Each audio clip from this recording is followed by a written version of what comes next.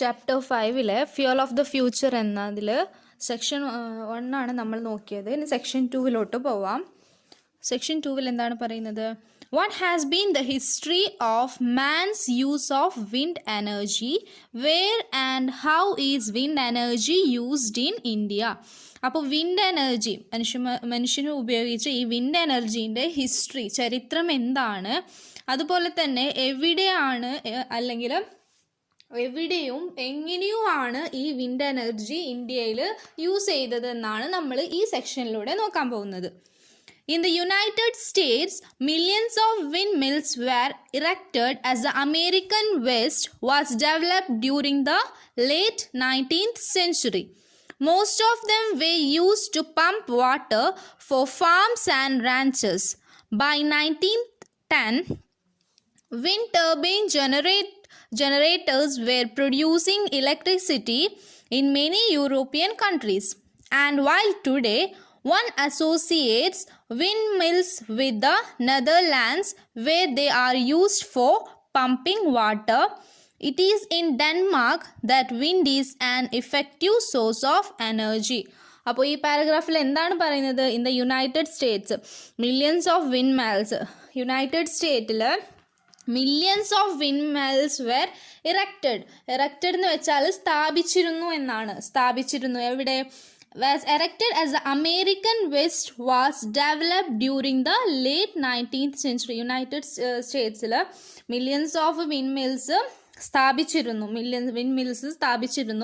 as the American West was developed during the late 19th centuryയിലാണ് എന്ത് സ്ഥാപിച്ചത്?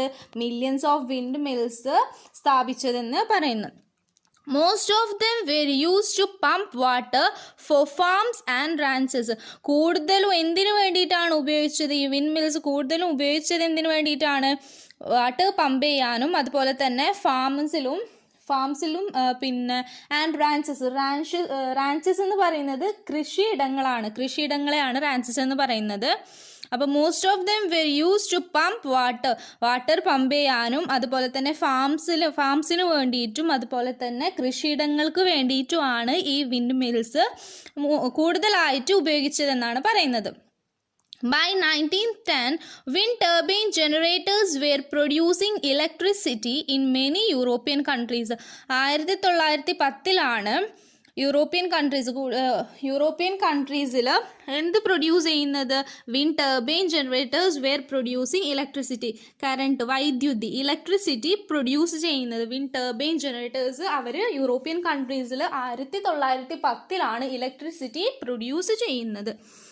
And while today one associate windmills with the Netherlands, where they are used for pumping water.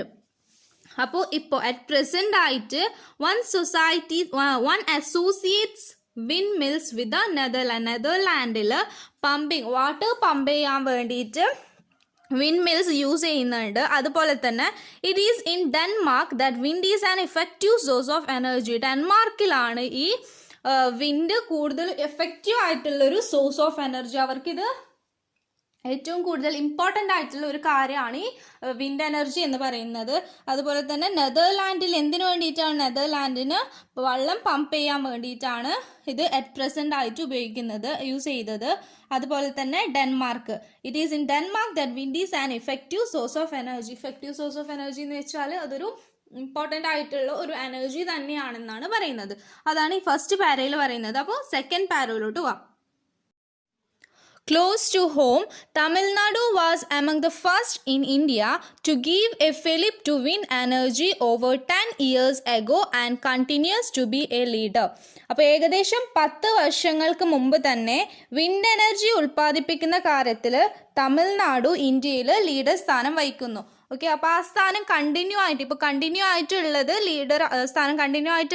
തമിഴ്നാട്ടിന് തന്നെയാണ്.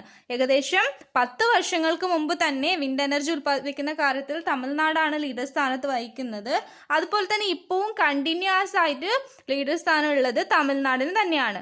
Nearly half of India's nearly 2000 megawatt of installed capacity from wind energy comes from Tamil Nadu. Wind turbines have been decorating our landscape near Madurai and beyond. അപ്പോൾ ഏകദേശം പകുതി ആവശ്യങ്ങൾക്ക് വേണ്ടിയുള്ള 2000 megawatt വൈദ്യുതിയോട് അടുത്ത് തമിഴ്നാട്ടിൽ നിന്നുമാണ് wind energy വഴി നമുക്ക് ലഭിക്കുന്നത്. മധുരയുടെ അടുത്തുള്ള പ്രദേശത്ത് നിന്നാണ് കൂടുതലും വിൻഡ് എനർജി തമിഴ്നാടിന് ലഭിക്കുന്നത്. അതാണ് ഇവിടെ പറഞ്ഞത്. ഓക്കെ, അപ്പോൾ നെക്സ്റ്റ് പാരയിലോട്ട് പോവാം. In Chennai at the centre for wind energy technology research is done to check out various wind sites where wind energy can be tapped, and wind turbines of various sizes are checked to see if they are delivering what they promise to do. Wind energy is also abundant in many parts of India from Gujarat, Andhra Pradesh and Kerala to the hilly regions in Maharashtra. Section 2 last paragraph.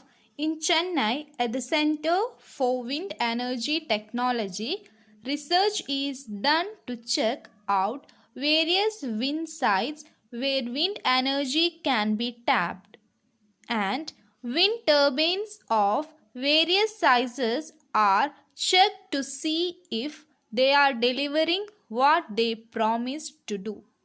Wind energy is also abundant in many parts of India from Gujarat, Andhra Pradesh and Kerala to the hilly regions in Maharashtra. അപ്പോൾ എന്താണ് ഇവിടെ പറഞ്ഞത്? ചെന്നൈ ആണ് ഇന്ത്യയിലെ wind എനർജിയുടെ centre. അവിടെയാണ് പല പല സൈറ്റ്സിലും പല വിധത്തിലുള്ള വിൻഡ് മിൽസ് നിർമ്മിച്ച് റിസർച്ച് നടത്തുന്നത് ആണെന്ന് പറയുന്നത്. ഓക്കെ, പല ടെക്നോളജികളും ഉപയോഗിക്കുന്നു. അതുപോലെ തന്നെ എന്താണ്, അവിടെയാണ് കൂടുതലും എന്ത് ചെയ്യുന്നത്? വിൻഡ് എനർജി സെൻറ്റർ എവിടെയാണ്? ചെന്നൈ ആണ് വിൻഡ് എനർജി സെൻറ്റർ.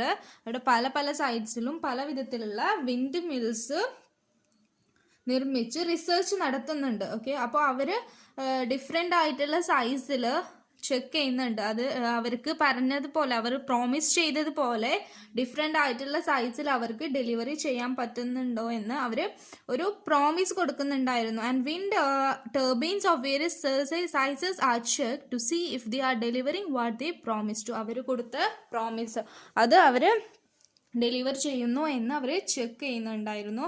അതുപോലെ തന്നെ അതുകൂടാതെ എന്താണ്, ഗുജറാത്ത്, ആന്ധ്രാപ്രദേശ്, കേരള, മഹാരാഷ്ട്ര എന്നീ സ്റ്റേറ്റുകളിൽ നിന്നും ഇന്ത്യക്ക് വിൻഡ് എനർജി ലഭിക്കുന്നുണ്ടായിരുന്നു. ലഭിക്കും.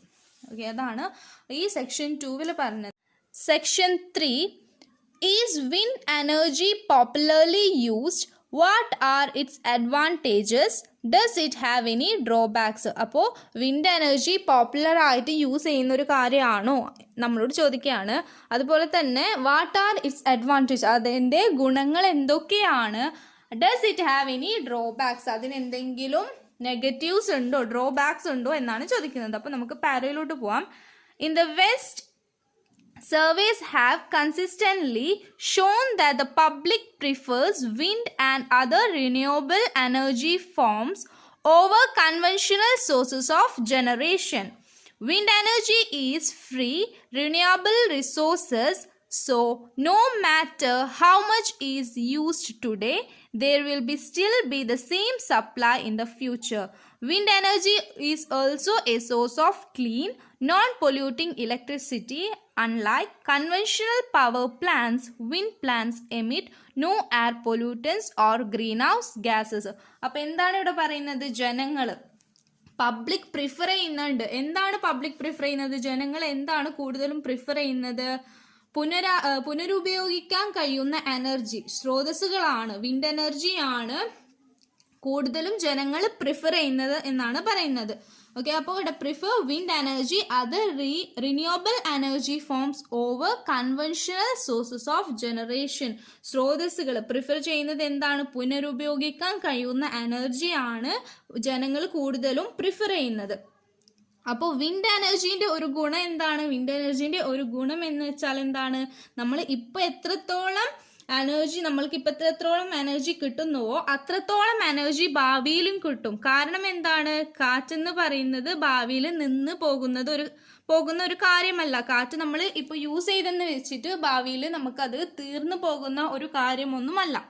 ഓക്കെ, അപ്പോൾ ഇവിടെ പറയുന്നുണ്ട് wind energy is free renewable resources, so no matter how much is use today there will still be the same supply in the future. Wind energy free ആയിട്ട് കിട്ടുന്നതൊന്നാണ്, നമ്മൾ പൈസ കൊടുത്തൊന്നും വാങ്ങിക്കുന്ന കാര്യമല്ല. വിൻഡ് എനർജി, വിൻഡ് എന്ന് പറയുന്നത്, കാറ്റെന്ന് പറയുന്നത് നമ്മൾ പൈസ കൊടുത്ത് വാങ്ങിക്കുന്നതൊന്നും അല്ല. അപ്പോൾ അതുകൊണ്ട് തന്നെ കാറ്റ് നമ്മൾ ഇന്ന് എത്രത്തോളം യൂസ് ചെയ്തു എന്ന് വെച്ച് ഭാവിയിൽ ഫ്യൂച്ചറിൽ അത് നിന്ന് പോകത്തില്ല, അത് തീർന്നു പോകില്ല. അതിൻ്റെ സപ്ലൈ നമുക്ക് കിട്ടിക്കൊണ്ടേയിരിക്കും, അത് ഫ്യൂച്ചറിൽ നമുക്ക് നഷ്ടപ്പെടില്ല. ആ ഒരു വിൻഡ് എന്ന് പറയുന്നത്, ആ കാറ്റ് നമ്മൾക്ക് ഭാവിയിൽ ഇപ്പം എത്രത്തോളം യൂസ് ചെയ്യുന്ന അത്രത്തോളം നാളെ ഭാവിയിലും നമുക്ക് ഫ്യൂച്ചറിൽ കിട്ടും എന്നാണ് പറയുന്നത്. Wind energy is also a source of clean, non-polluting electricity. അപ്പോൾ എന്താണ് വിൻഡ് എനർജി എന്ന് പറയുന്നത്? നമുക്ക് ഈ വിൻഡ് എനർജി എന്ന് പറയുന്നത് ഒരു ക്ലീൻ ആയിട്ടുള്ളത്, ക്ലീൻ ആവും, അതുപോലെ തന്നെ പൊല്യൂഷൻസ് ഒന്നും ഉണ്ടാകത്തില്ല. വിൻഡ് എനർജി യൂസ് ചെയ്യുന്നത് കൊണ്ട് തന്നെ ഈ പൊല്യൂഷൻസ് ഒന്നും ഉണ്ടാകത്തില്ല. വിൻഡ് എനർജി എന്താണ്? ഇലക്ട്രിസിറ്റി ആയിട്ട് കൺവേർട്ട് ചെയ്യുമ്പോൾ പൊല്യൂഷൻസ്, വിൻഡ് എനർജി ഇലക്ട്രിസിറ്റി ആയിട്ട് കൺവേർട്ട് ചെയ്യുമ്പോൾ ഈ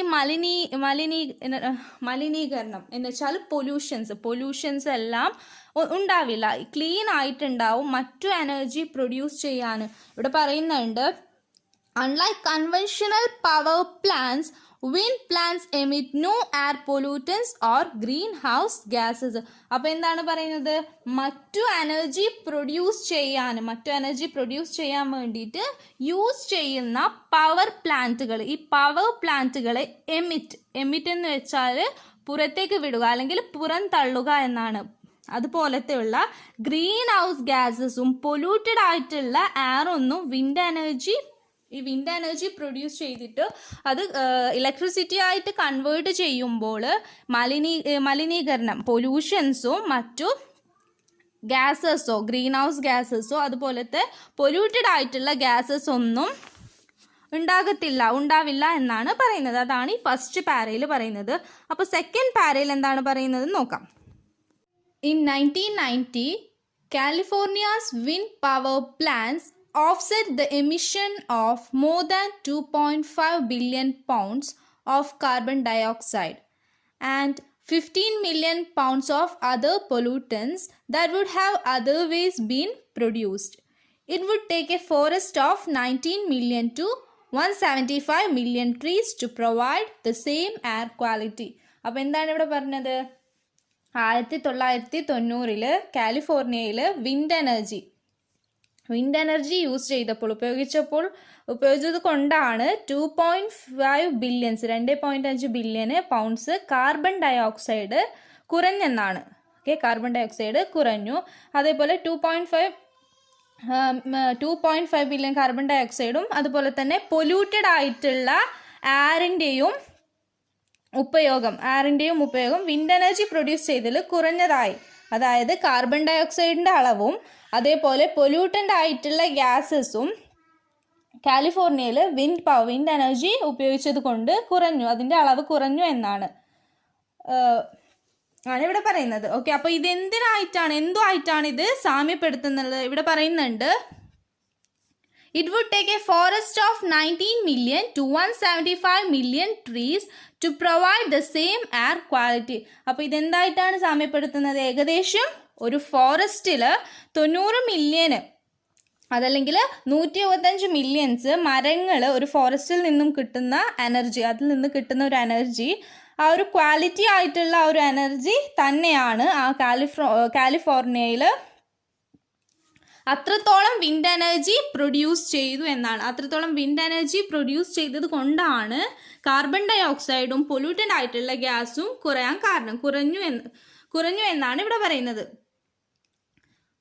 ഓക്കെ, അപ്പോൾ എന്താണ് 1990 കാലിഫോർണിയയിൽ വിൻഡ് എനർജി ഉപയോഗിച്ച കാരണം 2.5 ബില്യൺ പൗണ്ട്സ് ഓഫ് കാർബൺ ഡൈ ഓക്സൈഡിൻ്റെ അളവും അതുപോലെ തന്നെ പൊല്യൂട്ടൻ്റ് ആയിട്ടുള്ള ഗ്യാസസും പൊല്യൂട്ടൻ്റ് ആയിട്ടുള്ള എയറും അതൊക്കെ കുറഞ്ഞു, അതിൻ്റെ അളവ് കുറഞ്ഞു.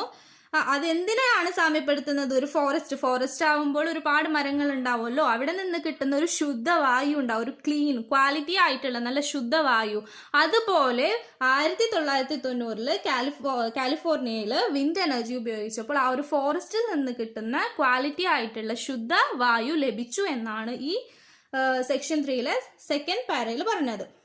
ഓക്കെ, അപ്പോൾ നെക്സ്റ്റ് പാരയിലോട്ട് പോവാം.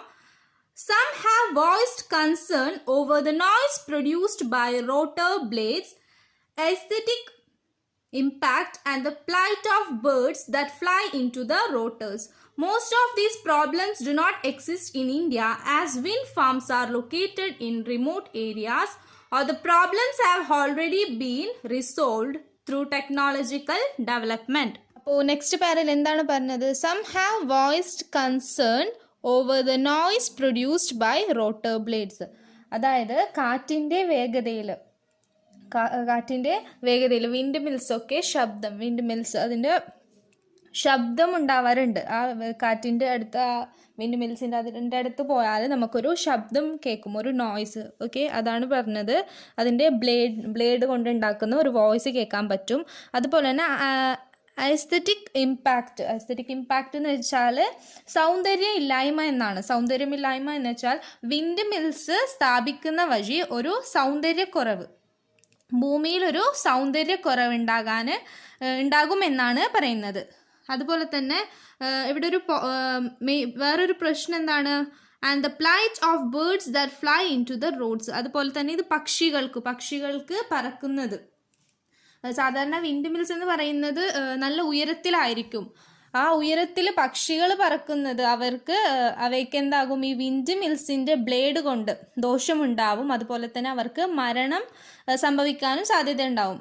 ഇതൊക്കെയാണ് എന്താണ്? Most of these problems do not exist in India as wind farms are located in remote areas or the problems have already been resolve through technological development. അപ്പോൾ എന്താണ് പറഞ്ഞത്?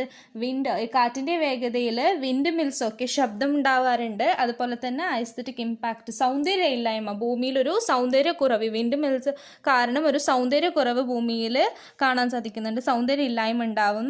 അതുപോലെ തന്നെ പക്ഷികൾ പറക്കുന്ന സമയത്ത് അവർക്ക് അത് കാരണം ഒരു ദോഷമുണ്ടാവും, അവർക്ക് മരണം സംഭവിക്കാനും സാധ്യതയുണ്ടാകുന്നു. അതുപോലെ തന്നെ ഇതൊക്കെയാണ് മെയിൻ ആയിട്ടുള്ള പ്രോബ്ലംസ് എന്ന് വിൻഡ് എനർജി പ്രൊഡ്യൂസ് ചെയ്യുന്നതിൽ കൂടുതലും പ്രശ്നങ്ങളായി വരുന്നത്. പക്ഷേ ഇന്ത്യയിൽ അത് എക്സിസ്റ്റ് ചെയ്യുന്നില്ല എന്നാണ് പറയുന്നത്. ഇന്ത്യയിൽ അത് എക്സിസ്റ്റ് ചെയ്യുന്നില്ല. കാരണം എന്താണ്? ഇന്ത്യയിൽ വിദൂരമായാണ് റിമോട്ട് ഏരിയാസ് എന്ന് പറയുന്നത് വിദൂരമായ പ്രദേശങ്ങളിലാണ് വിൻഡ് മിൽസ് കാണുന്നത്. അതുകൊണ്ട് തന്നെ ഈ പ്രോബ്ലംസ് നമുക്ക് ഇന്ത്യയിൽ അത്ര വലിയൊരു പ്രോബ്ലംസ് ആയിട്ട് വരുന്നില്ല എന്നാണ്. ഇന്ത്യയിൽ പ്രോബ്ലം ഒന്നും വരുന്നില്ല. ഇത് കാരണം വിദൂര സ്ഥലങ്ങളിൽ റിമോട്ട് ഏരിയാസിൽ ആയതുകൊണ്ട് തന്നെ ഇന്ത്യയിൽ പ്രശ്നം ഉണ്ടാകുന്നില്ല എന്നാണ് പറയുന്നത്. ഓക്കെ, അപ്പോൾ നമ്മുടെ ഇപ്പോഴത്തെ ടെക്നോളജിക്കലുള്ള വളർച്ചയിൽ ഈ പ്രോബ്ലംസ് ഒക്കെ സോൾവ് ചെയ്തിട്ടുണ്ട്. നമ്മുടെ വളർച്ചയിൽ ടെക്നോളജി ആയിട്ട് ഡെവലപ്മെൻറ്റ് ചെയ്തത് കാരണം തന്നെ ഈ സൗണ്ട്സും ഈ നോയ്സ്, ഈ ശബ്ദം കേൾക്കുന്നതും അതുപോലെ തന്നെ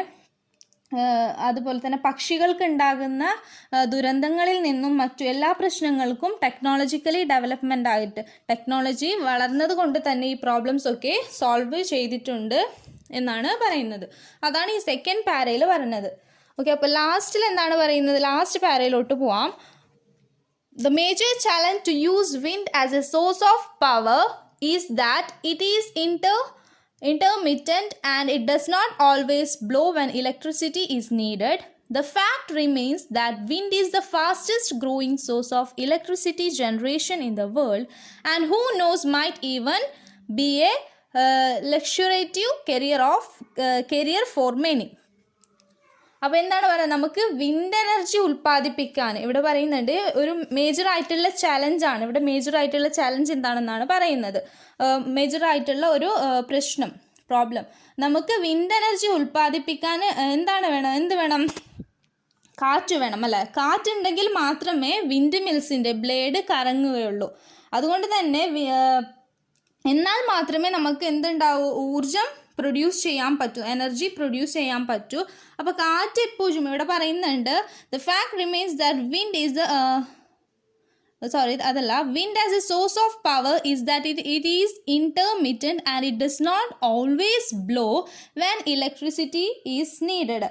അപ്പോൾ എന്താണ്, കാറ്റ് എപ്പോഴും കിട്ടണമെന്നില്ല എന്നാണ് പറയുന്നത്. അപ്പോൾ മേജറായിട്ടുള്ള പ്രശ്നമാണ് അത്. കാറ്റ് നമുക്ക് എല്ലാ സമയത്തും കാറ്റ് ലഭിക്കണമെന്നില്ല, അതാണ് മെയിൻ ആയിട്ടുള്ള പ്രശ്നം. കാറ്റുണ്ടെങ്കിലേ എന്ത് ചെയ്യൂ, കാറ്റുണ്ടെങ്കിലേ ബ്ലോ ചെയ്യുകയുള്ളൂ. ബ്ലോ ചെയ്താൽ മാത്രമേ നമുക്ക് ഇലക്ട്രിസിറ്റി പ്രൊഡ്യൂസ് ചെയ്യാൻ പറ്റൂ.